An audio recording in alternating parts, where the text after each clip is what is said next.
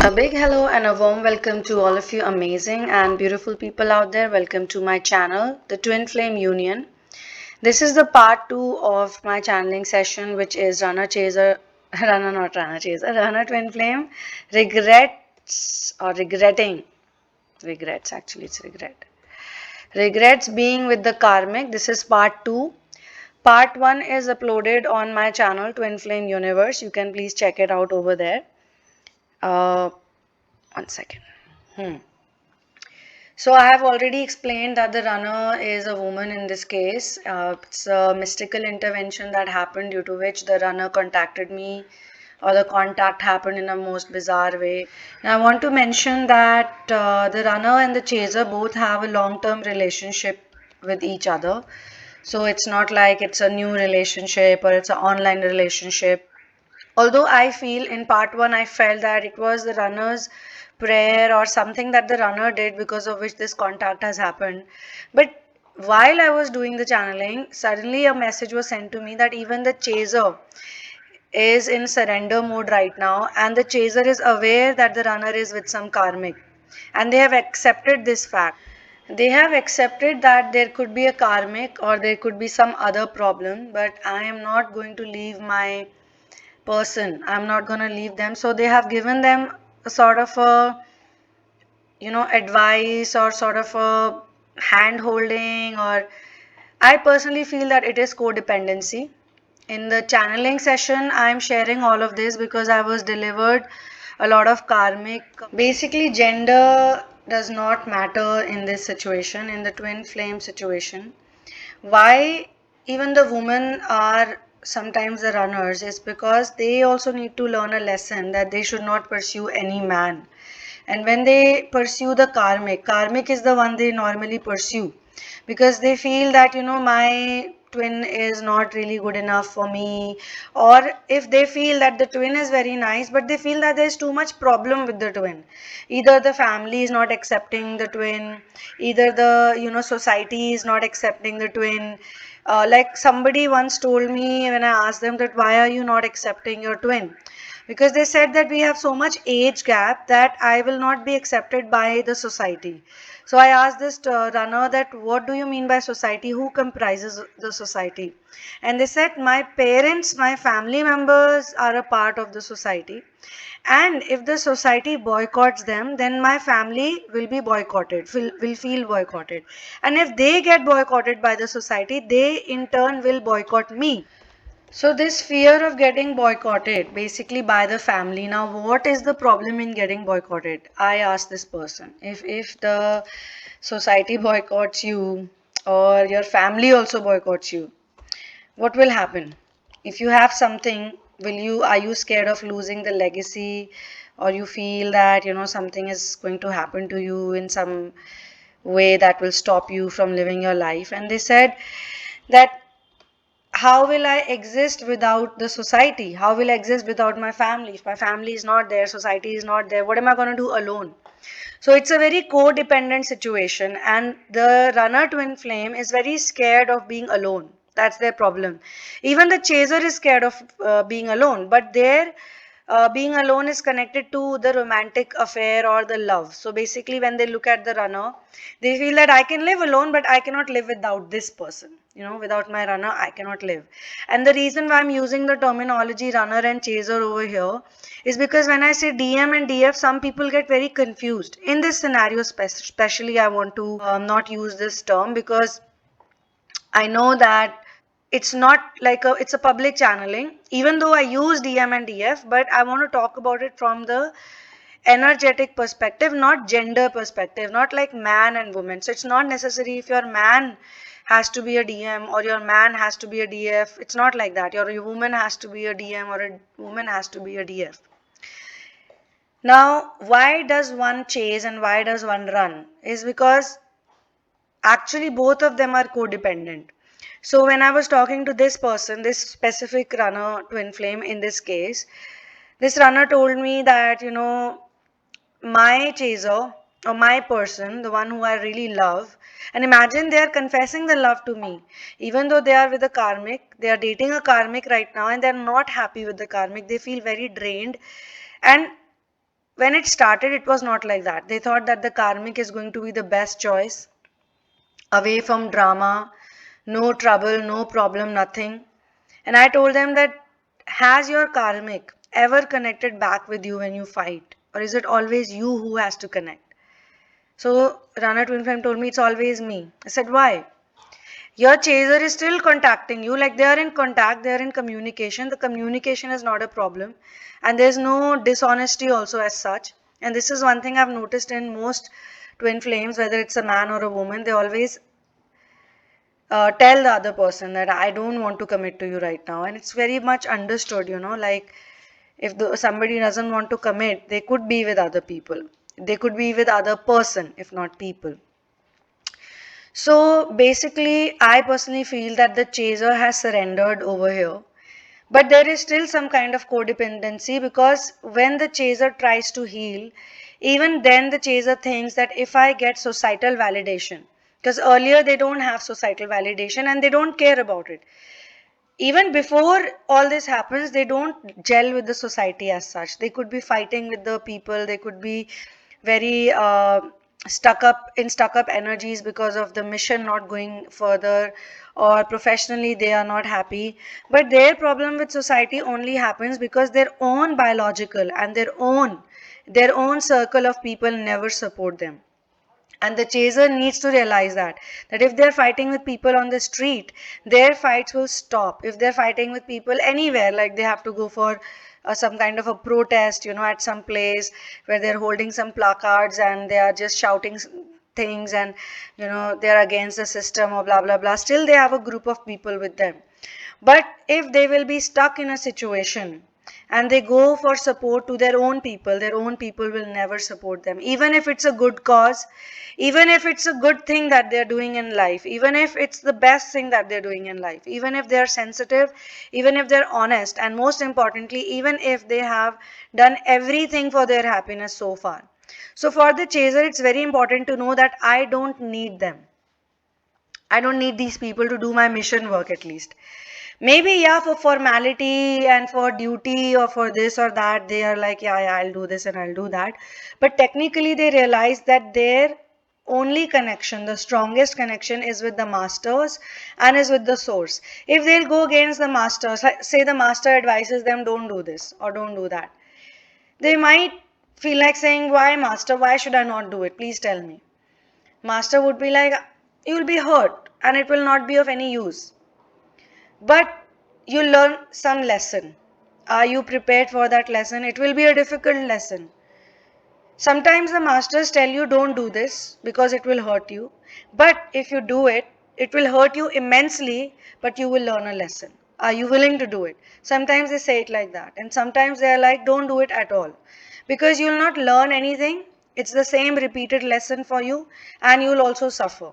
So what do you want to do? Do you want to come back drained, and do you want to be sad, and do you want to be miserable? What do you want to do? Now, for me, I don't want to give the karmics any validations, because I know by personal experience that they don't have anything in them. They don't have anything good in them. For some time only the karmic will look good. Only for few weeks, or if it's very long, then for few months. And if it's meant to be like that, if it's a deep karmic trouble or connection that they need to let go, some kind of entanglement, then it will go on for a long time. So in any case, the Rana twin flame right now in this channeling is regretting a lot. Why? Because personally, it's not like a channeler comes in the picture, or a coach comes in a picture, or something happens and then only. They were already going through it and they needed a validation. Like even in tarot card readings, when I do the readings, I know that this person's answer is this. I know it's like a gut feeling, it's a very strong intuition that this is definitely a no, or this is definitely a yes. But we need help of our masters. We need source to validate that for us, right? So we take the card out, or we take the intuitive reading out, and we say, okay, and then it validates the same thing, exactly what we were thinking. So similarly, when you are really a pure soul, or your love is pure, in this case I could see it in the eyes of the Runner twin flame, that the love they feel for the chaser was very pure, is very pure. But the problem is that at first they were like, my family is not into it. They always tell me that it's not the right thing to do. It took me a really long time and a lot of effort. So they get scared of the efforts, they get scared of failures, and they get scared of losing the codependency attachment, the societal attachment. They don't understand that they're powerful enough to create their own ecosystem. So, a society versus your own ecosystem. I know it might sound like, how would you create your own ecosystem? Are you telling me, Sunamoon, that I can create my own society? I'm not saying you have to create a society. That's why I use the word ecosystem. The society is also needed in some way or the other, because from the same society, you are going to take the resources and create your own ecosystem as you exist in your mission work. Now, sometimes I feel that the toxic family relationships or the biological connections or the relatives or all these people who are extremely selfish and they act constantly from their ego, and they constantly talk about money or materialistic achievements, or they talk about the cars, or they talk about the bungalows, and you also sometimes you just nod with them and you go like, yeah, yeah, we'll do this, we'll do that. That's because they also try to humble you down. I'm not saying that that's exactly what happens all the time, but sometimes yes, because you understand that they are not the ones who will give you energy. The energy will come to you from the masters, the energy will come to you from the source, and when you get too attached with them, you are bound to suffer. That's the humbling down experience that you will get. You will think in your head that yes, I did get carried away by them, I did get like trapped in the love, or the desire of being loved by them, because they always make you feel like family comes first, or these relationships come first, and blah blah blah. But actually it is the bond. And also you learn to choose who is the right family member that you need to support, or you get support from. Because if you have five people in your family members, in your family, five members in your family, just as an example, you could be 10, you could be 12, and you are a twin flame. Okay, you are a twin flame and you are in a family of 10 people, and you're a chaser. For example, you've been a chaser. You're the one who was neglected, you're the one who was abandoned, and you were the one who was a slave to everyone. And then comparing this with the runner, who was the enabled child, who was given a lot of attention, over extra attention, too much attention was given to this person, because of which they created some delusions about themselves, and when they stepped out in the real world, they figured out that this is a delusion. What am I living in? What am I thinking? What am I talking about? I am literally average and mediocre in this area. And they also take time to figure out that what is my actual talent and skill. They've been telling me that my actual talent and skill is debating. Okay. But when I sit and debate with some really amazing speakers, I feel like a puny person and I feel like I'm living some illusion right now. I need to work on myself. So when they come back, and they feel very depressed and very dark, the family members or the relatives or whosoever have been pumping them, they will tell them that no, no, no, you were absolutely fine. It is those people who are not equipped enough to figure out your talent.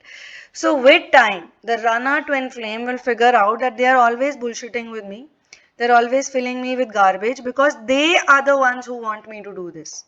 They want me to be a dancer or a singer or a speaker or a politician or a big businessman or whatever, whatever, a social worker, an activist, because they think that this is going to boost their image through what I do. Okay.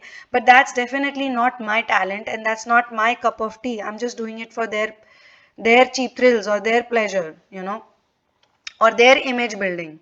On the other hand, the chaser, what happens to the chaser? The chaser is constantly told that you're not good, you're okay. Sometimes it's like the chaser, as a chaser, if you relate with this, or as a energy you relate with this or resonate with this. Say you have some exceptional gift or talent, and it's really good.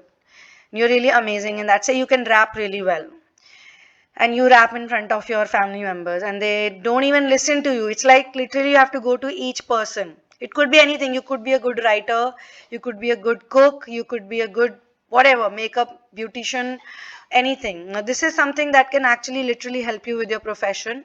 and help you be independent. You could be a very good teacher, you could be a very good counselor, you could be a very good anything, as I said, and you go up to them and you tell them that, hey, I want to share something with you.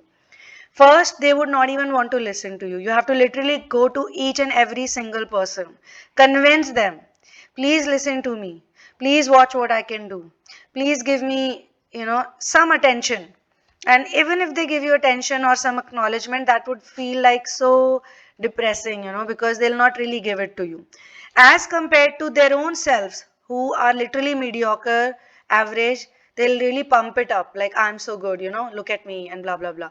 Or some other favorite person they have, they will really market them so much, they'll promote them so much, they'll uplift them so much, and you can see that this person is literally mediocre and average. Why are they giving them this delusion? Maybe they are good at something else, something else they can do in a most beautiful way. But why are you like, you'll question that. But of course, first you need to revive that energy in you. First, you need to heal that part of you. And this, if it happens constantly, like if it's happening since childhood. Now, what is the delusion here? The delusion is that you're not good. But when you step out in the world, like for example, you are a good writer or a good poet. You share your poetry or your whatever notes with your people, your supposed people who are literally not your people as of now, and they tell you, yeah, it's okay, it's fine. Even if it's very nice, sometimes they themselves will get like, oh wow, this is really good, but they would go like, oh yeah, it's nice. So you'll be like, okay, they called it nice. Now you go out in the world, and there you're just in your normal vibe, and you just happen to share something you've written or something you have created. Now it, like I said, it could be anything. It could be maybe food, it could be just a dish. You cook the dish for your family members and they go like, yeah, it's nice, oh, it's okay. Or sometimes they'll not even eat it, or sometimes they'll eat it, they'll like it, but they'll be like, yeah, it could have been better, maybe you should put, next time when you make it, you should add this, you should add that, you should do this, and you'll be like, oh really, I thought it's really nice. Now, this is not fishing for compliments. I'm just talking generally, okay? I'm talking about people who have something in them. Now, you go out for a party, you go out for a get together, and you share or you make a meal. Now, in your head, you're thinking it's a basic meal because nobody at my house liked it. And the people in the outside world, they go on complimenting you. They go like, oh my God, this is so yummy. This is so good. This is so delicious. Oh my God, you should do this. Oh my God, you should do that. And you go like, they don't really mean it. They must be just saying it to, just make me feel good, or they like me, or they are my friends, or whatever. They just want to be nice to me because they know that I'm not feeling nice, or whatever. But your delusion would be that those people who are praising you are not right. For the runner, the grandiose narcissism, the sufferer, for them it's like, the what is the delusion that these people are right but the outside people are wrong. The outside people who are laughing at me, the outside people who are mocking me. Like, I see this on YouTube also. There are people who make these very weird videos and very strange content they create, but they have full support of their family members. The family members are like, wow, you're good, you're so amazing, amazing, brilliant. They're even putting it on, marketing, and they're paying for the views. And at the end, what happens is that they get bullied by the other people. They get bullied by tens, thousands, millions of people, that you're so bad, you're so disgusting, you should not do this or you should not do that. It's only because their family members have been telling them that you're really nice even when they are not nice. So the delusions and the illusions are on both sides. On both sides. Like, I see these people making funny song videos. Like, there are some people who make really trashy music, they put it out on YouTube, and then the whole world is bullying them, or the whole world is, and this time I don't even think it's bullying, they're just showing them the mirror, like, you're not good. And then they go back to their family members and they say, look, people are just writing all these mean things to me and they are laughing at me, and so many people are laughing at me. And the family members would say, so what, you're getting the views, so what, you're getting popular, continue doing it. Maybe you are bad, but if you're bad, then why so many people are listening to you? So many people should not be listening to you, so many people should not be watching you, you know and I'm not saying that you should totally go by other people's validation also. I know you understand what I'm trying to say over here. At least you guys would understand, those who are on the ascension journey would understand what I'm trying to say. If somebody is on a very materialistic, worldly plane, they may not understand, or they might just say it's a contradiction. So now, how is this connected to our channeling? Because this word, karmic does not come from spiritual, otherwise it would be spiritual, it would not be, the word karmic would not be used. Karmic always comes because of our own unhealed karmic patterns that come from our immediate backgrounds. It could be society, it could be family. And this is very important to understand, because in therapy I tell this to people that, you know what, you need therapy. I tell people you need therapy because you have like these huge blocks and huge, what you call it, layers, thick layers of programming on you. And this has been going on for 20 years, for 30 years, for 40 years, for 50 years. At a certain age and with a certain type of spiritual immaturity, it's not possible for even a coach to fix it. We can only fix those people who want to get fixed, who have the urge to get fixed, who are willing to say that, why am I miserable? I want to know why am I miserable, and I want to know how I can turn it around.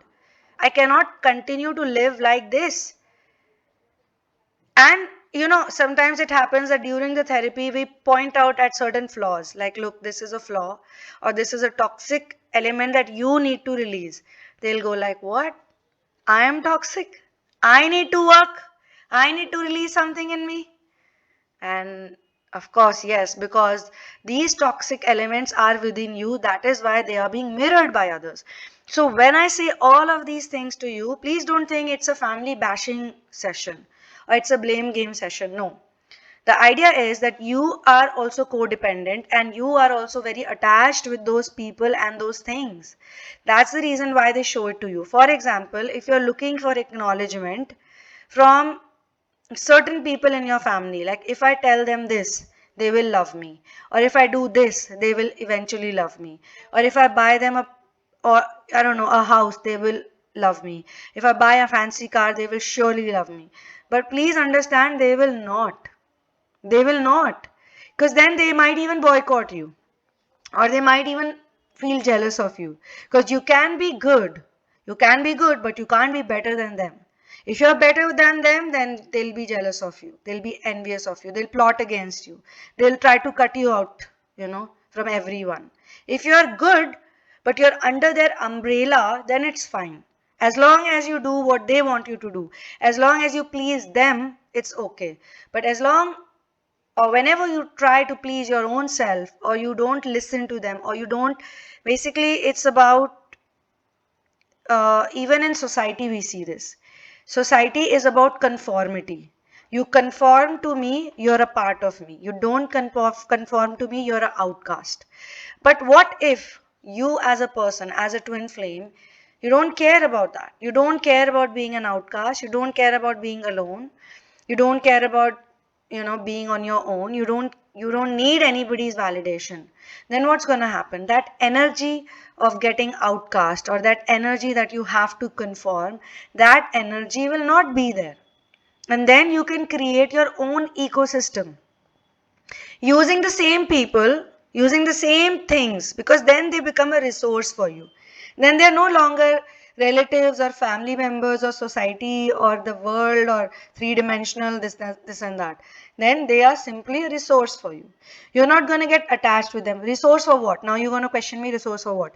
So when I talk to this runner twin flame, or when this runner twin flame shared with me that I'm sick and tired of the way karmic treats me, and it's not happening now, it's happening like over a period of time. Like till last year I was very happy with the karmic. I was like, this is the world for me now, this is the best thing for me. But more time I spend with the karmic, the more intimate I get with the karmic, the more I realize the things they say and they do. I realize how selfish they are. I realize what a stupid mistake I have made. I then feel like, oh my god, like what have I done? What am I into? And then they realize that, why was I running away from my chaser, so-called chaser? Why? What was the reason? Because if I can tolerate this nonsense, this is real nonsense, this is real nonsense, this is real torture, and this is real disrespect. This person is never pacifying me. This person is never convincing me. My chaser was at least pacifying me, writing emails to me, writing messages to me, telling me to come back, telling me that I'll work it out. We'll work it out together as a team. Here, there is no such thing like that. So, why is this happening to me? If they are really doing the inner work, then they will say, yes, I want to heal myself. I want to fix myself. How do I do that? Because I don't want to deal with this. Or they will understand that they don't have the power or they don't have the energy to separate them from the drama. It's okay to be in drama. I personally feel that drama is sometimes required. But if you're craving for drama, that's a different thing. If you're caught into drama without your intention, like you wake up in the morning, first thing in the morning, you wake up, you're very happy, you're very excited, and suddenly you realize that you're a part of a group dynamic where everybody is, like bullying you. You are cornered and you don't even know what happened. Suddenly you're in the bed, you get out, you are having a lovely day. You're looking at the view, you're looking at the sky, you're just, wanting to brush your teeth, or you probably did that, you washed your face, now you're relaxing, you need some tea or milk or coffee or whatever, juice. And just then all of this starts happening.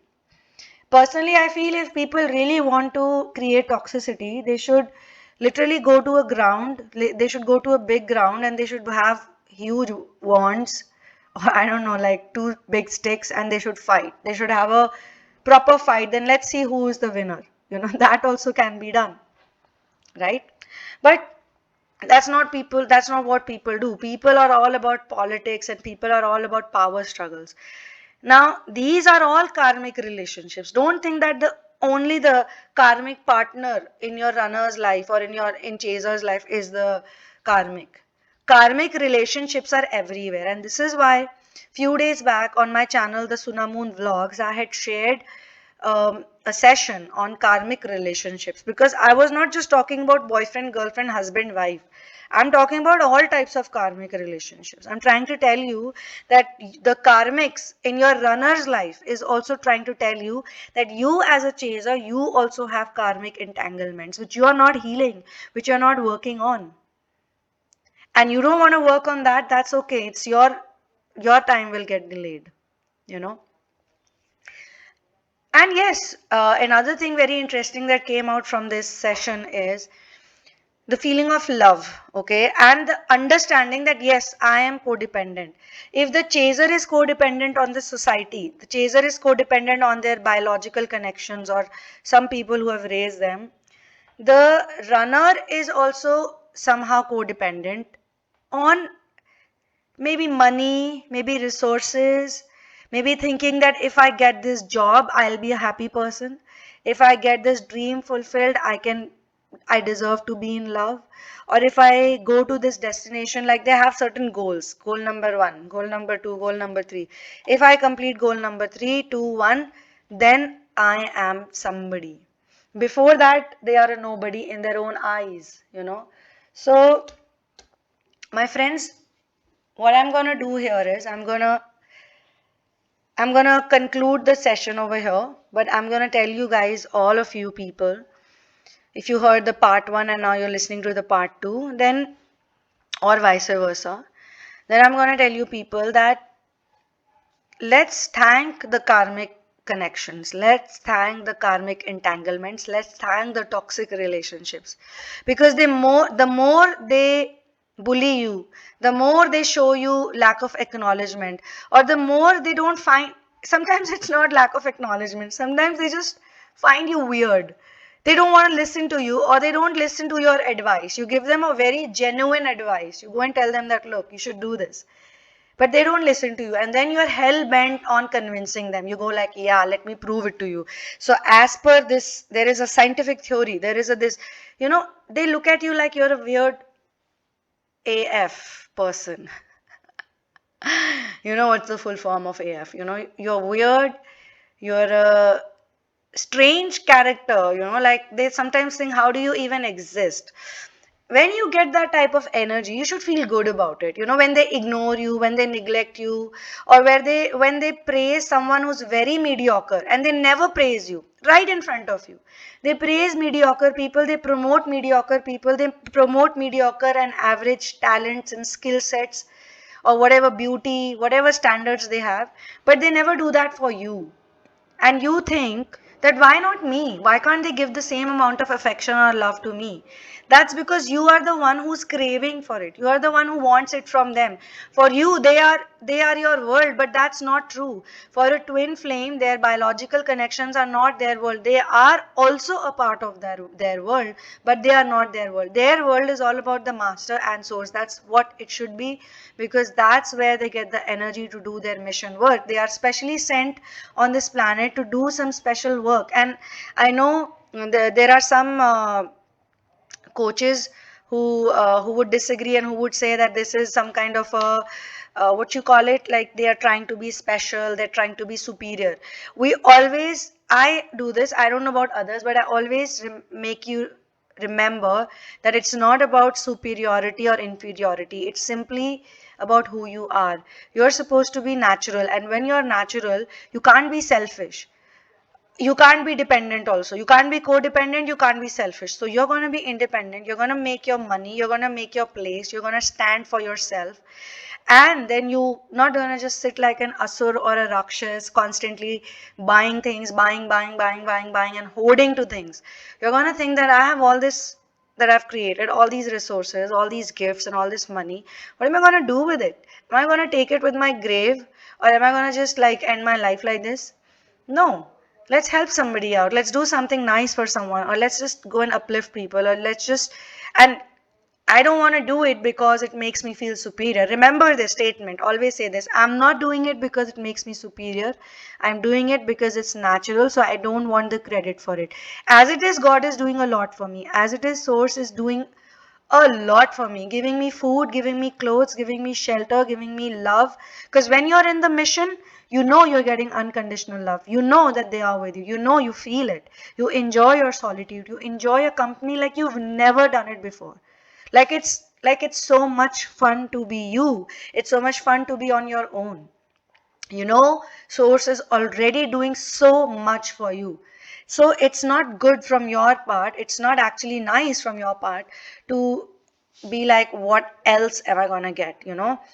Even your love that you feel for your twin flame. So generally I tell people that it's not about romantic love, but when your twin does something nice for you, or you feel some nice emotion for them, like your twin should be a person. You and your twin, you should be able to laugh at each other, and you should be able to uplift each other. So it should not be done at the wrong timing. You should be able to see the flaws of your twin as much as you can see your flaws. You should not be defending them all the time. Like if you know that your runner twin is extremely materialistic, or they're extremely codependent, or they're trying too hard to be likable in the society, you should pray for them at that time. You should think like, you know what, this is toxic. I don't want to contact them, especially right now. I leave it to God. I want them to work. And you don't even have to test it out. Like some people, they start manifesting things. And I know it personally because they tell me, because they're working with me, they are in my therapies, they are taking readings from me. I know what they are doing. When they change, when they shift, they tell me about it. Because they get very excited. They go like, yay, you know what, I'm doing this. So it's nice. So sometimes they start manifesting things that they were not able to manifest for such a long time. They were struggling. They were like, oh my God, I am peaceful, I'm happy, I'm content. Now what's next? So they start testing it out. And I tell them that don't test it, because you're going to test it, you're going to get into pain. It will be very painful for you, and then you will be miserable. Because you will get some kind of rejection and opposition. Because you don't have to test them, you don't have to convince people, you don't have to do anything of that nature. You just have to enjoy it, and you just have to live with it.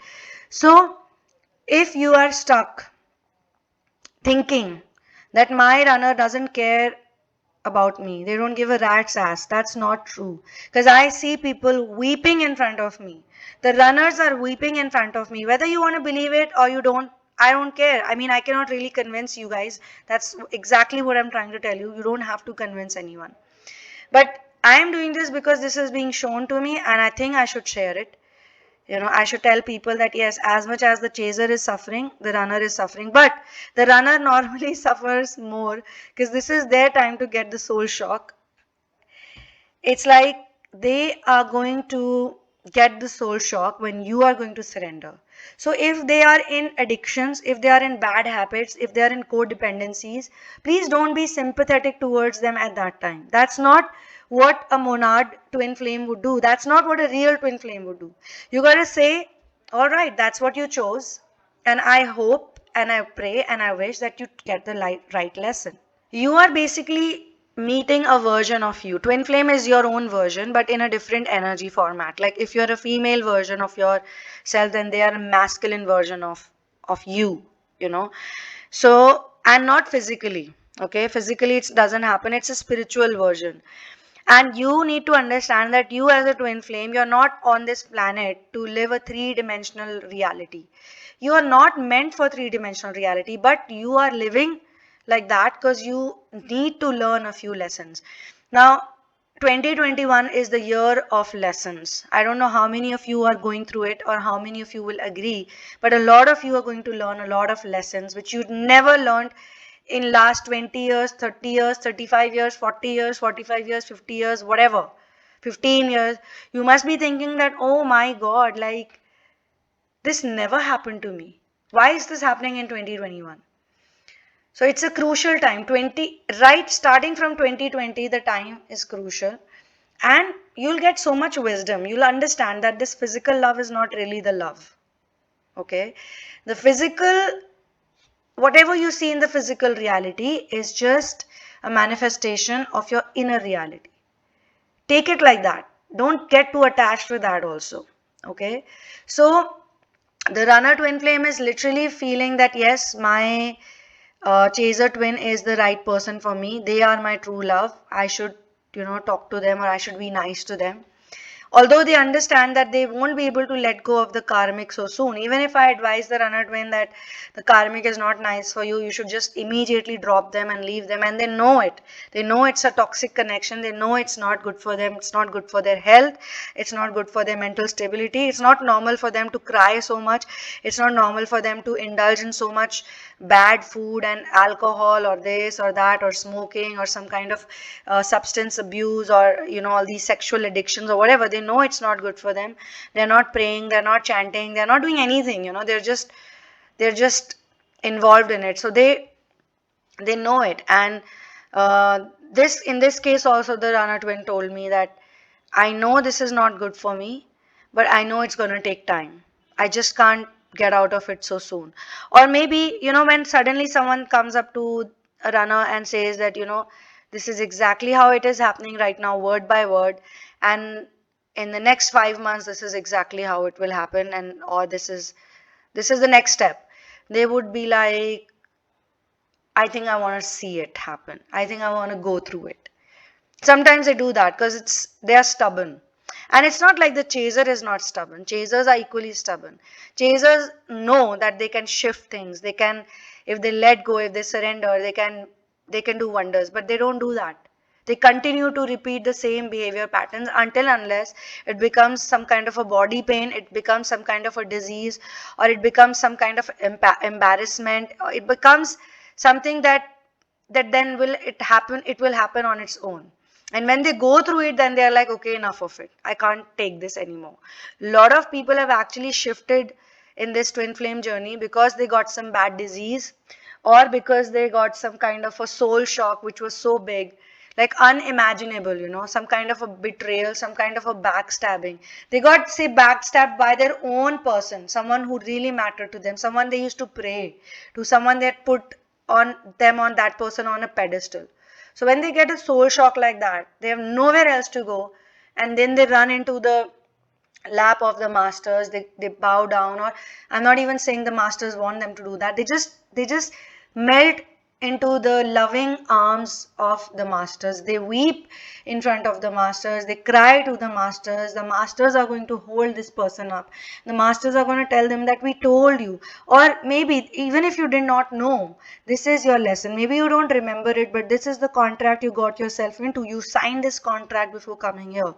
And it's all right. It's okay. All relationships, all karmic relationships are like that. So you need to form your spiritual bonds now. Okay.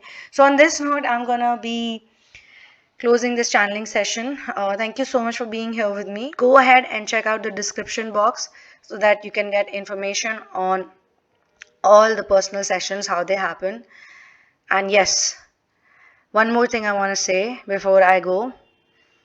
I just want to say that you're amazing and you're wonderful and you are doing the best that you can. Okay? Yes. One love and peace out.